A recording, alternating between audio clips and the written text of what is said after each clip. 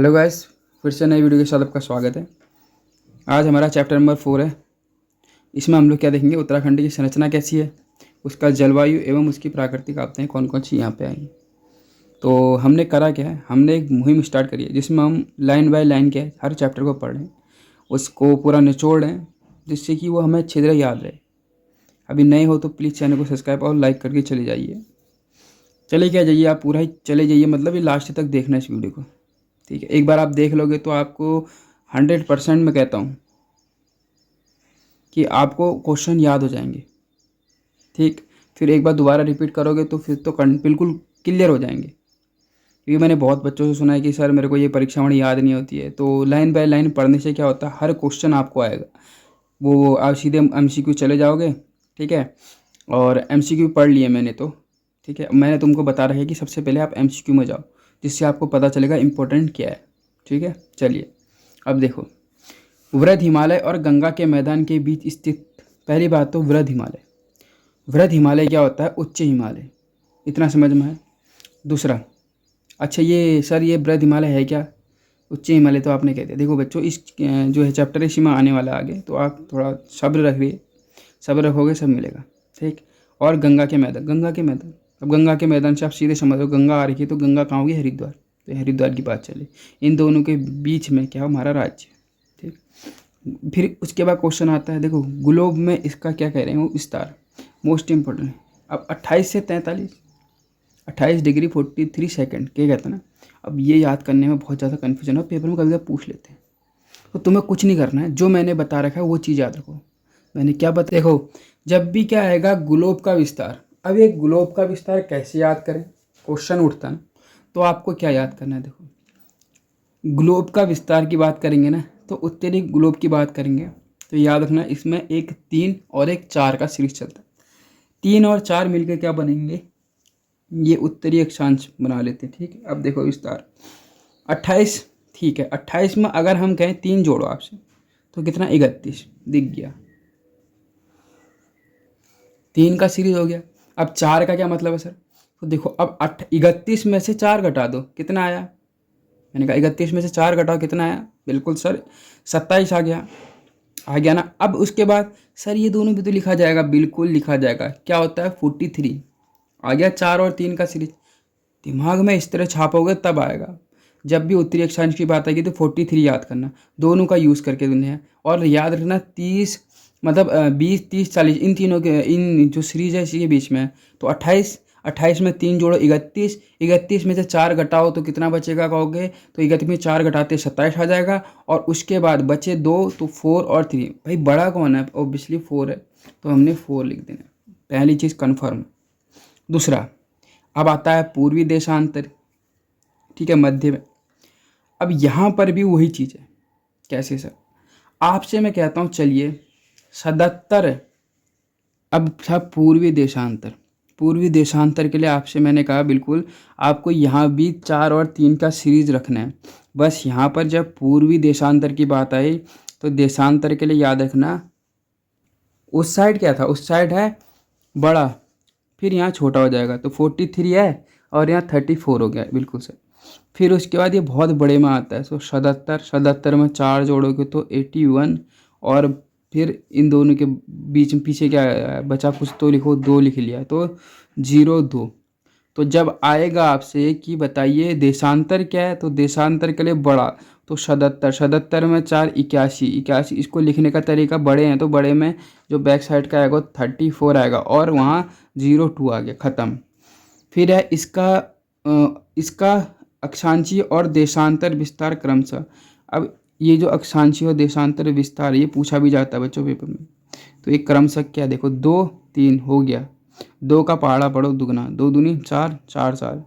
ठीक, और फिर यहाँ क्या चला, 2 और 8, समझ में आया, बिल्कुल। यहाँ क्या करना है, 2 और 3 हो गया, यहाँ 2 की पहाड़ा पढ़ोगे 4 4 हो गया, यहाँ 28 हो गया। ठीक, 2 8। तो ये भी याद होना चाहिए आपको, बिल्कुल। ये तो छोटा है तो याद आसानी से हो गया। क्या होगा, 2 का टेबल पढ़ना है पहली लाइन में, तो दो और चार चार हो गया बिल्कुल। उसके बाद क्या करना है, तीन लिखना ही लिखना है, दो के बाद तीन आता है और तीन के साथ साथ एक 2 8 आ गया 28। और कैसे याद कर सकते हो, जो हमारा क्या है, जो हमारा कौन से ग्लोब में था, उत्तरी अक्षांश ग्लोब में था, वो पीछे आ जाएगा। यहाँ देखो 28 28। ठीक है बिल्कुल। राज्य के क्षेत्र को प्रायः कुमाऊं गढ़वाल हिमालय या पूरे भाग के संदर्भ में मध्य हिमालय कहा जाता है। इम्पोर्टेंट है, कभी कभार ये पूछ देता है कि बताइए जो, ये तो नॉर्मली सबको पता ना, कुमाऊं गढ़वाल हिमालय या पूरे क्षेत्र के संदर्भ में, जब पूरे क्षेत्र आएगा तो ये किस जोन में, तो मध्य हिमालय कहा जाता है। क्या कहा जाता है इसको, मध्य हिमालय। क्या कहोगे इसको, क्या कहते हैं, मध्य हिमालय। किस जोन में आता है, मध्य हिमालय। हिमालय नहीं कह सकते हम मध्य हिमालय। उसके बाद पहली बात तो जैसे हम कहते हैं कि हमारा उत्तराखंड, इसका आकार कैसा है, क्या त्रिभुजाकार है, नहीं। हमारा जो उत्तराखंड है उसका आकार कैसा है, आयताकार है। कभी कभार क्वेश्चन ये पूछेगा बताइए कि उत्तराखंड जो है कैसा है, तो आयताकार है। अब इसका क्या है, लंबाई देख लेते हैं, तो इसकी लंबाई ज़्यादा है। ठीक है, लंबाई ज़्यादा है, चौड़ाई कम है। तो याद रखना, कैसी बात कर रहे हो, तो कैसे याद करोगे, लंबाई जिसकी ज़्यादा होगी चौड़ाई वैसी कम है। जो लंबा आदमी होता है वो पतला होता है, देखा होगा लॉजिकली, जब ज़्यादातर केस ऐसी होते हैं। जो ज़्यादा लंबा हो पतला है, तो याद रखना लंबा आदमी क्या है, यहाँ पे लंबाई का बात हो रही, तो ये क्या है, लंबा है तो ज़्यादा है, तो ज़्यादा है तो दोनों 300 की सीरीज में चल रहा है, लंबाई भी चौड़ाई भी। तो लंबाई कितनी है, 358। और समझ में, उत्तराखंड की चौड़ाई कम है तो 320 और लंबाई 358 हो गया। राज्य सांख्यिकी डायरी। अब राज्य का कुल क्षेत्रफल अगर पूछ ले तुमसे तो क्या है, अगर मैंने कहा बताओ राज्य का, ये तो भाई लॉजिक की बात है, क्वेश्चन में ये तो पूछा ही जाता है कि राज्य का कुल क्षेत्रफल। ठीक, तो ये तो पूछा जाएगा ना। आपको क्या याद रखना है, 53,483। क्या, 53,488, सॉरी 83, सॉरी 83, 53,483। अब यार ये कैसे याद करें, ये तो याद ही नहीं होते, कभी कभार भूल जाता हूँ। आपका भी क्वेश्चन याद रखिए कि सर हम कभी कभार इस चीज़ को भूल जाते हैं कि इसका एरिया कितना है। क्यों, क्योंकि वहाँ पर सब एक ही जैसा दिया रहता है। 53,000 दे देंगे सर, और 482 दे देंगे, 445 दे देंगे, 446 दे देंगे, और 53,483 दे देंगे। अब कैसे याद करें बेटा, दिमाग से सोचो। 53 है, बिल्कुल सर है। तो 53 अगर लिख लो, कैसे लिखोगे, 53। ठीक है, 400 तो याद होगा ना। ठीक है, उसके बाद की सीरीज कन्फ्यूजन करेगी आपको, तो ठीक है। तो उसके बाद की सीरीज देखो, जो स्टार्टिंग है वही बाद में। मतलब सर 53 ही लिखा है क्या, सर नहीं नहीं नहीं, 53 तो आप खाली कह रहे हो सर, 53 तो नहीं 83 लिखा है, यही कह रहे होगे। सर आप गलत कह रहे हो। आधे से ज़्यादा क्वेश्चन जो बच्चे देख रहे हैं कहेंगे नहीं ये तो सर गलत कह रहे हैं।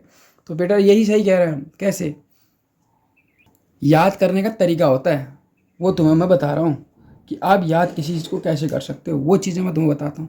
देखो ये क्या है, 53 दिख गया, 53 है बिल्कुल सही। 4 तो दिखेगा, ठीक है। ये क्या है, क्या है ये, 83 है। अगर मैं यहाँ पे 5 लिखूँ तो 5 को 8 बना सकता हूँ, बिल्कुल बना सकता हूँ। 5 से 8 बन सकता है, बन सकता है नहीं बन सकता है, आधे बच्चे समझ नहीं आया। ये कितना है, 5 3 है, इसको मैं 8 बना सकता हूँ, बिल्कुल सर 8 बन जाएगा। तो अब समझ में आया कैसे याद करा जाता है। कोई भी चीज़ अगर तुम्हें भूलनी नहीं तो याद रखना, 53,000 तो आपको याद है, उसी के स्टार्टिंग का बैक साइड में लगा दो ना, तो 53 53 बीच में 4, खत्म। 53 53 बीच में 4, वहाँ पीछे कितना, 83 हो गया। ज़्यादा समझने की जरूरत नहीं, वर्ग किलोमीटर। जो भारत के कुल क्षेत्रफल का, बताओ, भारत के कुल क्षेत्रफल का 1.69% है। जब भारत के कुल क्षेत्रफल की बात आती तो केवल कितना है, 1.69%। कैसे याद करोगे ये भी, अबे यार सर हर चीज़ में याद कैसे हो जाएगा, बिल्कुल होगा, लॉजिक यही तो है। 1 है, अबे यार भैया छोटा ही तो, उत्तराखंड कितना जो बड़ा है, तो 1 आ गया, पॉइंट आ गया। अब यहाँ पे हम लोग दिमाग लगाएंगे, 6 और 9, क्या कहा, 6 9, पहले 6 आएगा, 9 पहले 6 आएगा, 9 6 को उल्टा कर दो, 9 खत्म। जब भारत के पक्ष में आएगा कि भारत का कुल क्षेत्रफल इसके हिसाब से, मतलब भारत क्षेत्रफल की दृष्टि से राज्य का सबसे बड़ा, चलो तो भारत के कुल क्षेत्रफल का मात्र, पूरा भारत का एरिया उसका मात्र 1.69। कैसे याद करोगे, 1 6 को उल्टा कर दो, 0.69, खत्म। अरे क्या बात है सर, में मज़ा और आएगा। फिर क्षेत्रफल की दृष्टि से राज्य का सबसे बड़ा जिला, चमोली। अब उसके बाद क्या देखो, राज्य का सबसे बड़ा जिला, ये इम्पोर्टेंट है, ये पेपर में पूछा जाता है कि बताइए राज्य का सबसे बड़ा जिला कौन सा है। तो याद रखना है क्या है, चमोली। यहाँ पे मैप दिख रहा होगा आपको उत्तराखंड का, और उसमें देख सकते हो कि चमोली कितना बड़ा है। ठीक है, अब कैसे याद करना है, देखो बड़ा छोटा दोनों सीसी हैं। ठीक है, जैसे चौसे चमोली चौसे चंपावत। ठीक है, अब क्षेत्रफल कितना है ये याद, इम्पोर्टेंट तो ये है ना। देखो ये तो पता चल गया दोनों सीसी हैं, लेकिन दोनों में बड़ा कौन है, चमोली। जो बड़ा दिखता है वो बड़ा नहीं है। ठीक है, तो बड़ा कौन है, चमोली है, छोटा कौन है, चंपावत। ठीक है, राज्य के कुल क्षेत्रफल का 86.07। अब इसमें से क्वेश्चन क्या है कि ये बताइए कि उत्तराखंड में क्या है, पर्वतीय भी है और मैदानी भी है। तो आपसे यही तो पूछा जाएगा, बताइए पर्वतीय क्षेत्र कितने हैं और मैदानी क्षेत्र कितने हैं। अब आपको ये पता होना चाहिए कि पर्वतीय ज़्यादा है या मैदानी ज़्यादा है। तो भैया ऑब्वियसली बात है, ज़्यादा क्या है, पर्वतीय ज़्यादा है। क्या है, ज़्यादा, पर्वतीय ज़्यादा है। बिल्कुल सर, पर्वतीय ज़्यादा है। अच्छा, अब ये कैसे याद करेंगे कितना ज़्यादा है। तो देखो हम लोग को क्या याद करना है, मैदानी याद कर लो। मैदानी कितने हैं, 13.93%, इतने मैदानी है। तो सर इससे हमें फ़ायदा क्या है, तो बेटा 100 में से अगर आप 13.93% को घटा दोगे तो वो जितना आएगा वही होगा आपका क्या, पर्वतीय। तो पर्वतीय है 86.07। समझ में आया, वाह क्या बात है सर। अब आप याद भी कैसे कर सकते हो, जैसे देखो 13.93 हो गया ना, अगर आप कहो 100 में से 13 को घटाएंगे तो आप कहोगे सर वो तो 87 आता है। तो देखो बेटा उसके बाद 93 भी है, तो इसीलिए क्या हुआ, ये 86.07% बना है जो आपका पर्वतीय है। समझ में आया। तो याद रखना मैदानी कितना है, 13.93%। अगर वैसे पूछा जाए कि एरिया कितना, ये तो वैसे भी कम पूछा जाता है कि कितना किलोमीटर है, लेकिन फिर भी 46,035 है, क्या है, 46,035 है वर्ग किलोमीटर। जबकि मैदानी है वो 7,000 मतलब 5448 कह लो, 7,000 में 7448, क्या 7448 क्या है आपका मैदानी। ठीक, बिल्कुल सर। अब ये क्या लिखा, उत्तर में वृहद हिमालय, ये डायरेक्शन बता दे कि उत्तर में कौन सा है, दक्षिण में क्या है, और देखो वृहद हिमालय, उत्तर में वृहद हिमालय, उत्तर का मतलब ये होता है। ठीक है, ऊपर को क्या है, वृहद। अब ऑब्वियसली बात है हिमालय क्या होगा, उत्तर में हिमालय। ठीक है, बिल्कुल। उसके बाद पश्चिम, पश्चिम होती है बच्चों ये, जहाँ से स्टार्टिंग में, तो पश्चिम में टॉस हो गई। उसके बाद आपसे पूछा जाएगा पूर्व, इधर को पूर्व, पूर्व में क्या है कहोगे, तो पूर्व में याद रखना काली नदी। अच्छा, और दक्षिण मध्य और दक्षिण पूर्व में तराई क्षेत्र। ठीक है, दक्षिण मध्य और दक्षिण पूर्व में क्या कहो, तो तराई क्षेत्र है। ठीक है, अरे बिल्कुल सर, तो बड़ा मज़ा आ रहा है पढ़ाई में। उसके बाद पूर्व में नेपाल, नेपाल किधर है, देखो जहाँ पिथौरागढ़ है उधर ही तो नेपाल है ना।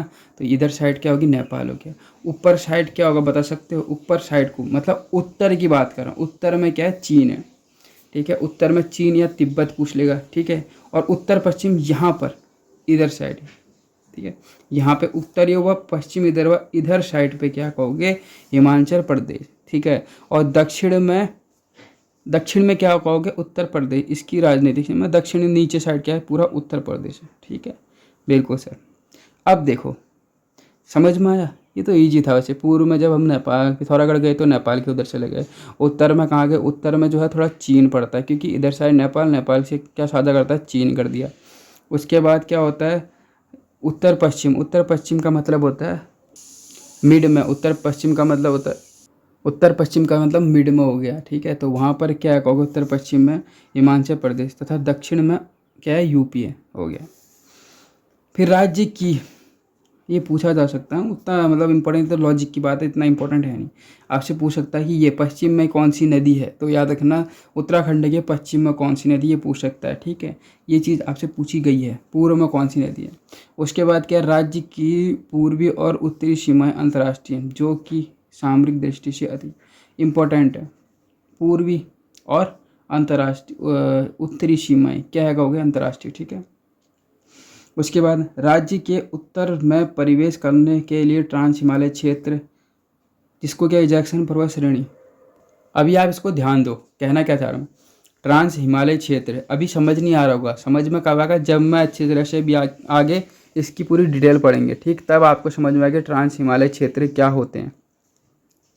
उसके बाद क्या कह रहा है, इसी को मतलब ब्रैकेट का मतलब होता है कि इसी को क्या कहते हैं, जैक्सन पर्वत श्रेणी कहा जाता है। किसको कहा जाता है, अब क्या कह रहा हूँ मैं, शिवालिक श्रेणी को ही क्या कहते हैं कहोगे, सॉरी ट्रांस हिमालय श्रेणी को ही क्या कहते हैं, ट्रांस हिमालय जो क्षेत्र होता है एरिया, उसको क्या कहते हैं, जैक्सन श्रेणी कहते हैं, ठीक है। वह इसी को महा हिमालय क्षेत्र, इसी को क्या कहते हैं, महा हिमालय क्षेत्र, या फिर क्या कहेंगे, हिमाद्री क्षेत्र कहा जाता है। इसके अंतर्गत क्या अनेक दर्रे या पास या धुरा या खाल, मतलब दर्रे और पास ये सब इसके अंतर्गत आते हैं। तो किसके अंतर्गत दर्रे, पास, धुरा, खाल ये सब आते हैं, तो आपको याद रखना है क्या कहोगे, ट्रांस हिमालय क्षेत्र। ट्रांस हिमालय क्षेत्र का दूसरा नाम जैक्सन श्रेणी, पर्वत श्रेणी है, वो इसी का दूसरा वो महा हिमालयी क्षेत्रों में जो कहलाता है हिमाद्री क्षेत्र। हिमाद्री का मतलब जहाँ हमेशा बर्फ से ढकी रहती है ना, जो क्षेत्र बर्फ से ढका रहता है, हिमालय हिमाद्री, समझ में आया या क्या बात है सर। 1962 से पूर्व इन्हीं गिरिधारों मतलब दर्रों के पास शौका, जोहारी, जाड़ जनजातियां जो थी वो क्या करती थी, व्यापार करती, किससे, तिब्बत के हुडिया आदि लोगों से, ठीक है। ये पूछ सकता है कि कब यहाँ पर व्यापार करते थे, किसके साथ, तिब्बत की हुडियों, तिब्बत के क्या है, हुडिया, इसके साथ। तो याद रखना कब, 1962। ये पूछा नहीं जाता है, ठीक है, उतना इम्पोर्टेंट नहीं है, ठीक है। उसके बाद ये पूछ सकते हैं राज्य के उत्तर में प्रवेश करने के लिए कौन सी श्रेणियाँ आती हैं या कौन सा क्षेत्र है, ये पूछ सकता है आपसे, ठीक। इसके बाद यहाँ देखिए, प्रदेश के दक्षिणी भाग में स्थित भाबर व तराई से राज्य में प्रवेश करने के लिए शिवालिक श्रेणी, देखो भाबर, तराई ये सब अभी बताऊंगा आपको, आप इतना वो दिमाग में मत रखना कि आखिर ये है क्या, सब बताया जाएगा। श्रेणी में मोहन पास देहरादून, तिमली देहरादून, हरिद्वार, कोटद्वार, पौड़ी, द्वाराकोट, ठाकुर द्वारा, चौकी घाट नैनीताल, चिल किला ढुकुली नैनीताल, चोर गलिया हल्द्वानी नैनीताल, बमोरी काठगोदाम नैनीताल, ब्रह्मदेव चमोली। अच्छा सर ये आखिर आपने पढ़ा तो दिया, आप कुछ बोले नहीं इसमें कि इससे क्या इंपॉर्टेंट क्या नहीं है। तो देखो यहाँ इंपॉर्टेंट क्या है वो बताते हैं। आपसे क्वेश्चन क्या पूछेगा, मोहंड पास कहाँ है, मोहंड पास कहाँ है। बच्चा देखो ऐसे पढ़ता खाली मोहंड पास देहरादून, तिमली देहरादून, ऐसे नहीं पढ़ना आप। आपसे क्वेश्चन में जैसे आपको एक वो दे देगा, नाम दे देगा, मोहंड पास कहाँ है, जैसे पास ही पूछ लेगा आपसे कि मोहंड पास कहाँ है, तो अब दिमाग में पढ़ा ही नहीं है। तो यही चीज़ होती है पढ़ना और एक तरीका पढ़ने का, दोनों में डिफरेंस होता है। एक खाली पढ़ना ही नहीं चाहिए आपको, उसके पीछे का फैक्ट जब समझ में आएगा तभी आप पढ़ो, तभी आपकी समझ में आएगा। अब मोहन पास जैसे ही मैंने इतना कहा कि सर मैंने कहा कि यहाँ से ऐसे पढ़ा जाता है, तो आप उसी तरह पढ़ोगे। तो मोहन पास कहाँ, देहरादून में। अब समझ में आया क्या आता क्वेश्चन। ये तिमली, मोहंड पास और तिमली दोनों देहरादून, क्या मोहंड पास और तिमली दोनों देहरादून, ठीक। हरिद्वार, कोटद्वार ये सब पौड़ी में, ये तो पता ही, चलो छोड़ो ये तो उतना नहीं। द्वारकोट, द्वारकोट का है ठाकुर द्वारा, आपसे पूछ सकता है द्वारकोट, एक द्वारा हाट अलग है, द्वारकोट अलग है, डिफरेंस समझो, द्वारकोट नॉट द्वारा हाट, ठीक। दिमाग में घुमाना मत ज़्यादा, ठीक। अभी तक का केवल दो याद कर रखे हमने, मोहंड पास और दूसरा क्या है, तिमली, दोनों देहरादून में। फिर उसके बाद आता है द्वारकोट, द्वारकोट कहाँ कहोगे, ठाकुर द्वारा, कहाँ ठाकुर द्वारा, बिल्कुल। उसके बाद देखो ये चीज़ पेपर में पूछी गई है। अब तुम कहो नहीं सर ये नहीं पूछी, बेटा ये इम्पोर्टेंट है, ये पूछा गया पेपर में कि चौकी घाट कहाँ है। ये ऑप्शन दिया था चौकी घाट कहाँ है, और उसमें एक से दो तीन इसके जो आंसर हैं वो दिए थे चार, उसमें से आपको बताना था सही आंसर कि चौकी घाट का है। अब जिसने ध्यान कभी दिया नहीं है, इतने गहराई से नहीं पढ़ा, वो कैसे वही कर लेगा। तो याद रखना चौकी घाट का है, घाट चौकी घाट, तो वो नैनीताल में, ठीक। चिल किला ढकुली नैनीताल, ये देखो चिल किला, ये मतलब पूछा नहीं गया लेकिन चांसेस हैं। जब आपसे पूछा जा सकता है कि चौकी घाट पूछा गया है, ये मैंने खुद महसूस करा यार पेपर में, ये इस तरह से क्वेश्चन उठाता है चौकी घाट का भी, जिसने सोचा ही नहीं कि अच्छा ये भी पूछ सकते हैं। तो याद रखना तो चौकी घाट। इसीलिए मैं तुम्हें एक एक लाइन को तोड़ तोड़ के समझा रहा हूँ कि आपका कोई क्वेश्चन ना छूटे, जब पेपर में आए तो बिल्कुल आपको याद होना चाहिए। समय लगेगा, लेकिन आप अच्छी तरह से उसको करो कि एक बार पढ़ लो, उसके बाद दोबारा इसको पढ़ने की ज़रूरत ना पड़े। ठीक, एक बार देखो बस, हाँ याद है याद है याद है, ऐसा होना चाहिए। पढ़ने के लिए सालों साल बीत जाएंगे लेकिन फिर भी तुम्हें याद नहीं होगी। ठीक है, एक ही बार तमीज़ से समय दे के पढ़ो। ठीक, वीडियो पूरी देखो। अगर आप लास्ट तक टिके रहोगे तो मान के चलो आपको बहुत अच्छा ज्ञान होगा। ठीक, उसके बाद देखो, चौकी घाट, चिल किला, चिल मारने वाले कहाँ पर, किले पे चिल मारने वाले, ये भी नैनीताल में। ठीक है, ढकुली, नैनीताल में भी कहाँ, ढकुली के पास नैनीताल में चिल मारने वाले कहाँ पे, किले में। ठीक है, चोर गलिया, ये तो हर किसी को पता होगा कि हल्द्वानी नैनीताल के। बमोरी, बमोरी कहाँ है, काठगोदाम नैनीताल, बमोरी। ठीक है, ब्रह्मदेव, ये इंपॉर्टेंट है, ये क्या है, ब्रह्मादेव, तो याद रखना ये खटीमा में, टनकपुर का नाम है।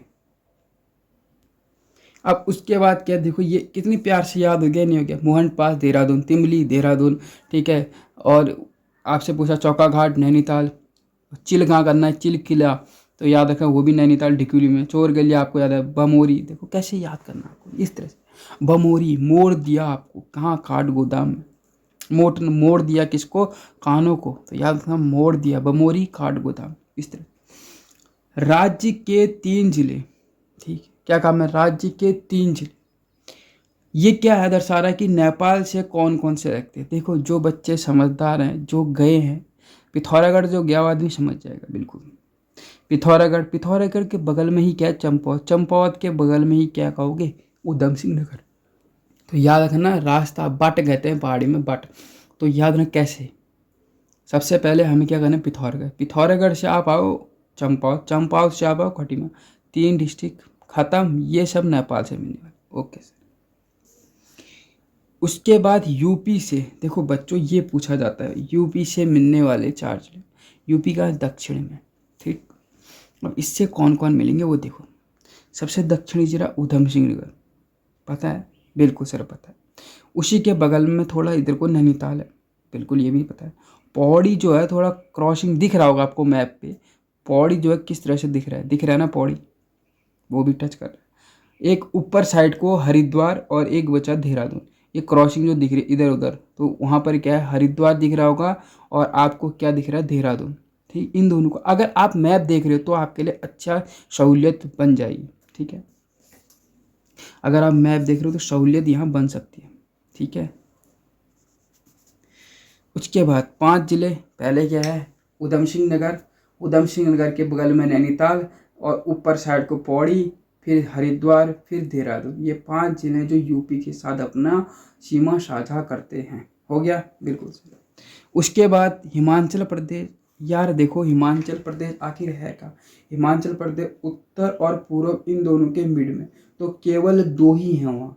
हिमाचल प्रदेश से केवल 2 डिस्ट्रिक्ट मिलते हैं जिनके नाम है, ऊपर साइड को देखो ना क्या दिख रहे हैं आपको, देहरादून दिख रहा, उत्तरकाशी दिख रहा, खत्म। और उसके बाद क्या आता है, चीन, क्या है, चीन। मैंने कहा चीन कहाँ है, आपसे ये मैं पूछूं, चलो आपसे मैंने कहा था कि आखिर चीन कहाँ है, तो मैंने कहा था चीन जो है ये कहाँ पे है, ऊपर को है। ठीक है, उत्तर साइड को है, तो उत्तर साइड को क्या दिख रहा है, ऊशे उत्तर, ऊशे उत्तरकाशी, उत्तरकाशी के बगल में चमोली, चमोली के बाद क्या दिख रहा है, पिथौरागढ़। ठीक है, पिथौरागढ़ से तो भाई चीन की लगनी ही लगनी है। फिर एक उत्तरकाशी था, अब बसता क्या है, वो थोड़ा कन्फ्यूज में रहेगा, तो यही तो चीज़ है, वो कन्फ्यूजन दूर करना है आपने, तो वो क्या है, चमोली, देख लो ना, आप समझदार हो आप, क्या है, चमोली। डायग्राम आपको दिख रहा है तो कोई दिक्कत नहीं होगी, आपको मैप दिख रहा होगा। ठीक है, अब ये क्या चीज़ दिखा रहा है, ये दिखा रहा है कि राज्य का सबसे उत्तरी जिला, दक्षिणी जिला, पश्चिमी पूर्व, देखो राज्य का सब उत्तरी वो दक्षिणी जिला, देखो उत्तर का सबसे ऊशे उत्तर, ऊशे उत्तरकाशी, दक्षिण उधम सिंह नगर, पूर्व मैंने कहा पूर्व में क्या था, पिथौरागढ़, पश्चिम में उत्तरकाशी, खत्म, पश्चिम में, उत्तर तो ऊपर हुआ ना, देहरादून। ठीक, बिल्कुल सर, ये भी होगी। अगर भाई कैसा लग रहा है जल्दी बताओ, मेहनत कैसी लग रही, मज़ा आ रहा है नहीं आ रहा पढ़ाई में, कमेंट सेक्शन जल्दी बताओ भाई। उसके बाद पौड़ी एक ऐसा जिला है जिसके साथ साथ पौड़ी ऐसा है जिसके साथ पौड़ी जिले के साथ ऐसा राज्य जिसके मतलब ना एक ऐसा सीमा राज्यों ये पौड़ी जिला ऐसा है जिसके साथ 7 जिले जो है अपनी बाउंड्री साझा करते हैं पौड़ी के साथ। अब यार ये 7 कैसे याद करें, मोस्ट इंपॉर्टेंट कैसे याद करें। सबसे ज़्यादा साझा करने वाला जिला कौन सा है, तो याद रखना पौड़ी। वो कौन कौन से हैं 7, वो भी चलो देख लेते हैं, बहुत ईजी वे में समझा दूंगा आपको मैं, ठीक है। तो देखो पहली बात तो आपको कहाँ तक आना है, अल्मोड़ा तक आना है। आगे अल्मोड़ा और नैनीताल रहे, बिल्कुल ये केवल 2 ही जो हैं जिले, ये आपके कुमाऊं मंडल से आएंगे, क्या, अल्मोड़ा और नैनीताल। तो AN, ठीक है, तो AN केवल 2 हैं, तो वो क्या है, अल्मोड़ा और नैनीताल, ठीक है। दूसरा, अब आते हैं वहाँ से, तो चमोली, रुद्रप्रयाग, टिहरी। देखो इतना समझदार आपको बनना है कि टिहरी के बगल में होता है आपका पौड़ी, ये तो आप उसके साथ कनेक्ट रहता है। हरिद्वार रहेगा, ठीक है। उत्तरकाशी तो नहीं है, ठीक, उत्तरकाशी तो नहीं है, और तो सब जिले हैं, तो उत्तर वाला छोड़ दो और सब लिख लो, ठीक है, बिल्कुल हो गया, ठीक है। देखो चमोली हो गया, हो गया, रुद्रप्रयाग हो गया, हो गया, टिहरी, देहरादून, हरिद्वार।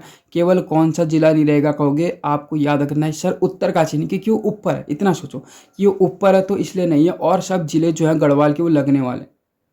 किसके साथ, पौड़ी के साथ। उधम सिंह नगर के केवल मतलब सॉरी कुमाऊं के केवल 2 जिले लग रहे हैं, वो भी एक नैनीताल सबसे ठंडा इलाका है, ठीक है, और दूसरा क्या है आपका अल्मोड़ा, ठीक है, AN।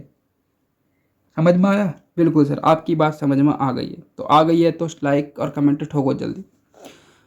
अब ऐसा तो नहीं है कि सबसे, ये पूछा जा सकता है पेपर में कि सबसे ज़्यादा मतलब ऐसा कौन सा जिला है जिसके साथ जो अन्य जिले सबसे ज़्यादा लगते हैं, कनेक्ट करते हैं, तो याद रखना वो कौन सा है, पौड़ी। 7 हो गए, मैंने आपको ये बिल्कुल समझ में आएंगे आपके, ठीक है, 7 कौन कौन से ये तक आपको समझ में आ गया। अब उसके बाद क्या केवल 7 ही जिले, उससे कम भी तो होंगे, बिल्कुल हैं, तो उसमें 6-6 के भी रेशियो आएंगे और 4-4 के। अब वो 6 किसके साथ देखते हैं, 6 वाला कौन है, अल्मोड़ा है और चमोली, ठीक है। अब जब 6-6 की बात आएगी तो आपको याद रखना 6-6 तो CA बन जाओ, क्या, या 6-6 ऐसे नहीं बनने तो AC में आ जाओ। तो कहाँ, डबल छक्के, जब डबल छक्के पड़ते हैं तो जो क्रिकेट के खिलाड़ी होते हैं असली, कहाँ से देख रहे हैं हम, AC से देख रहे हैं, ठीक है। आप सोचो कि हम क्रिकेट खेलने गए, देखने गए, आप खेलोगे तो कहाँ, मतलब इंटरनेशनल देखने गए, आपके पास अंधा पैसा, आप गए AC में, तो याद रखना AC से हमने देखे क्या, 2 छक्के, तो अल्मोड़ा और C का मतलब क्या है, चमोली, खत्म। उसके बाद क्या दे रहा, 4 जिले वाला, 4 के साथ भी तो साझा करेगा भैया, स्पर्श करेगी, तो 4 केवल कौन कौन से हैं कहोगे, देहरादून। अब देहरादून को कैसे याद करो, आपको मैप दिख रहा है, बिल्कुल दिख रहा है, देहरादून के साथ कौन के, हरिद्वार, पौड़ी, ये सब कहाँ के आएंगे, देखो ये आएंगे सिर्फ कहाँ के कहोगे, पौड़ी गढ़वाल, सॉरी गढ़वाल का एरिया आएगा बस देहरादून के, तो याद रखना देहरादून है, तो उसके साथ क्या आएगा, देखो देहरादून के बगल में ऊपर को दिख रहा है, उत्तरकाशी दिख रहा होगा, बिल्कुल, हरिद्वार उसी के नीचे है, टिहरी और पौड़ी बचा बस। देखो इतना ईजी है, अगर आप देहरादून को देखोगे स्पर्श करने वालों को, कितना ईजी, कैसे, उत्तर दिख गया, थोड़ा बगल हरिद्वार दिख गया, टिहरी और पौड़ी, भाई 4 जिले खत्म। आवाज सर क्या मजा आ, चलिए क्वेश्चन में ये वाला पूछा जाता है इंपॉर्टेंट, ठीक है। राज्य में केवल 4 जिले, अच्छा ऐसे कोई जिले हैं जिसकी अन्य राज्य से स्पर्श, मतलब जो अन्य राज्य से अपनी सीमा स्पर्श नहीं करता, बिल्कुल होंगे।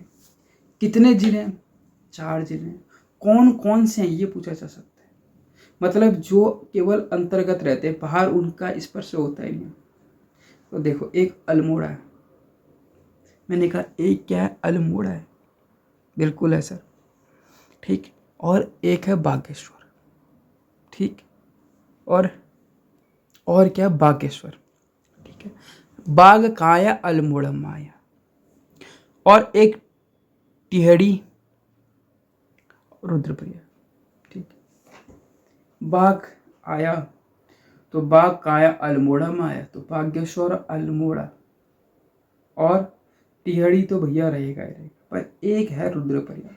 रुद्रप्रयाग अभी तक कहीं नहीं आया, तो रुद्रप्रयाग भी आंतरिक जिला है, अल्मोड़ा आंतरिक जिला है, बागेश्वर आंतरिक जिला है, और कौन सा आंतरिक जिला है, और आंतरिक जिला लास्ट वाला कौन सा है? तो वो बचा आपका टिहरी, रुद्रप्रयाग, बागेश्वर, अल्मोड़ा। हो गया याद। सर्वाधिक लंबे अंतर्राष्ट्रीय सीमा वाला, मोस्ट इंपोर्टेंट है यार भाई, ये जो क्वेश्चन है ये छपता है पेपर, ये क्वेश्चन छपता है कि सबसे ज़्यादा से सर्वाधिक अंतर्राष्ट्रीय सीमाओं वाला जिला कौन सा है। सर्वाधिक अंतर्राष्ट्रीय जिला वाला, स्पर्श करने वाला जिला कौन सा है? पिथौरागढ़, पिथौरागढ़, पिथौरागढ़, ठीक है। उसके बाद चीन से भी सर्वाधिक सीमाएं बनाने वाला पिथौरागढ़। हो गया। वाह सर, मज़ा आ गया, इतना इजी तरह से समझ में आ गया।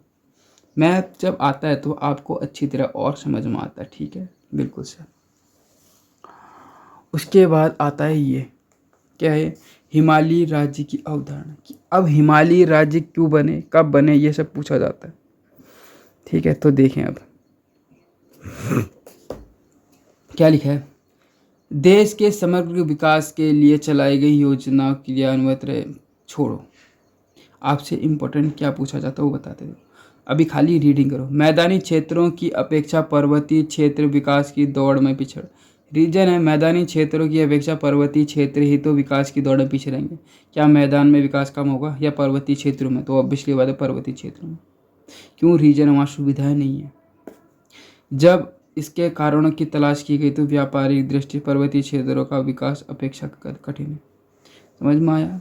क्यों कठिन है? क्योंकि वहाँ रोड ही नहीं थी उस टाइम पे, बिजली नहीं, पानी नहीं, कुछ नहीं था। अभी भी गांव में जाओ ऐसी, अब तो भले बिजली आ गई लेकिन पानी की समस्या अभी भी गांव में ख़त्म नहीं हुई। हमारे गांव में भी आजकल जैसे नौला होता है तो वहाँ से हम पानी भर के लाते हैं अभी भी इस प्रेजेंट टाइम में, जबकि हर किसी के घर में नल है। तो ऐसे भी गाँव है, ठीक है। क्योंकि दोनों क्षेत्रों के विकास की मूल आवश्यकताएं प्राथमिक आधार, मानक एवं विकास, सब कुछ भिन्न भिन्न है भाई। यहाँ प्राथमिकता अलग है, यहाँ इसका आधार अलग है, मानक अलग, विकास अलग, ठीक है। इन क्षेत्रों की भौगोलिक, आर्थिक, संसाधनिक, भाषाएं तथा सामाजिक सांस्कृतिक संरचना मैदानी क्षेत्रों से भिन्न, वो तो ठीक है। धीरे धीरे हिमालय के पर्वतीय क्षेत्रों को विकास के लिए एक पृथक क्षेत्र के रूप में स्वीकार किया गया और पर्वतीय राज्य की अवधारणा का जन्म, ठीक है। मतलब धीरे धीरे क्या हुआ, हिमालय के पर्वतीय क्षेत्रों के विकास के लिए उसको एक पृथक क्षेत्र बनाने के रूप में स्वीकार कर लिया गया। अब देखो, जब स्वतंत्रता के समय भारत में केवल एक ही हिमालयी राज्य था, वो था असम। कौन सा था? असम था, ठीक है। फिर जब हमारा देश आज़ाद कब हुआ था, तो हुआ था 15 अगस्त 1947 को। तो 1947 अगस्त के बाद अक्टूबर में 1947 में दूसरा बना, उसका नाम था हिमाचल। दूसरा राज्य था उनका, उसका नाम था जम्मू कश्मीर। तीसरा बना है नागालैंड। चौथा बना है हिमाचल प्रदेश। पांचवा बड़ा है, पांचवें में 3 आएंगे, मेघालय, मणिपुर, त्रिपुरा। फिर छठा आ गया सिक्किम। सातवां क्या आएगा? अरुणाचल प्रदेश, ठीक है, मिजोरम, ठीक है, 1987। और लास्ट 2000 में क्या बना है? उत्तराखंड का 11वां हिमालयी राज्य कब बना? 2000 में। कौन बना? उत्तराखंड, ठीक है। अब देखो कैसे याद करने का तरीका क्या। एक आपको याद है अक्टूबर 1947, 47 के बाद सीधे आप 63 में जाओगे, 63 के बाद 71, 71 के बाद 72, 72 के बाद 75, 75 के बाद 87 लास्ट, ठीक। सबसे पहले हिमालयी राज्य असम था, ठीक, जब हमारा देश आज़ाद नहीं हुआ था। जब आज़ाद हुआ उसके बाद अक्टूबर 1947 में जम्मू कश्मीर बना। फिर उसके बाद मैंने कहा जब 47 के बाद सीधे किस में जाओगे आप? 63 में जाओगे। 1963 में फिर बना नागालैंड। फिर उसके बाद 1971 में कौन बना था? हिमाचल प्रदेश। 71 में हिमाचल प्रदेश। फिर उसके बाद 71 के बाद जाएगा 72 में, जिसमें 3 बने मेघालय, मणिपुर और त्रिपुरा। 3 बने थे मेघालय, मणिपुर और त्रिपुरा। फिर उसके बाद सीधे मैंने कहा था 75 में जाओ, 75 में बने सिक्किम। फिर 1987 में बना था अरुणाचल प्रदेश और मिजोरम। अरुणाचल प्रदेश और मिजोरम 1987 में बना, ठीक है। इसी क्रम में 2000 में उत्तराखंड को 11वां, ठीक है, इसीलिए 2000 में क्या बना? उत्तराखंड को हिमाचली राज्य बनाने की बात करी, ठीक है, बिल्कुल सर।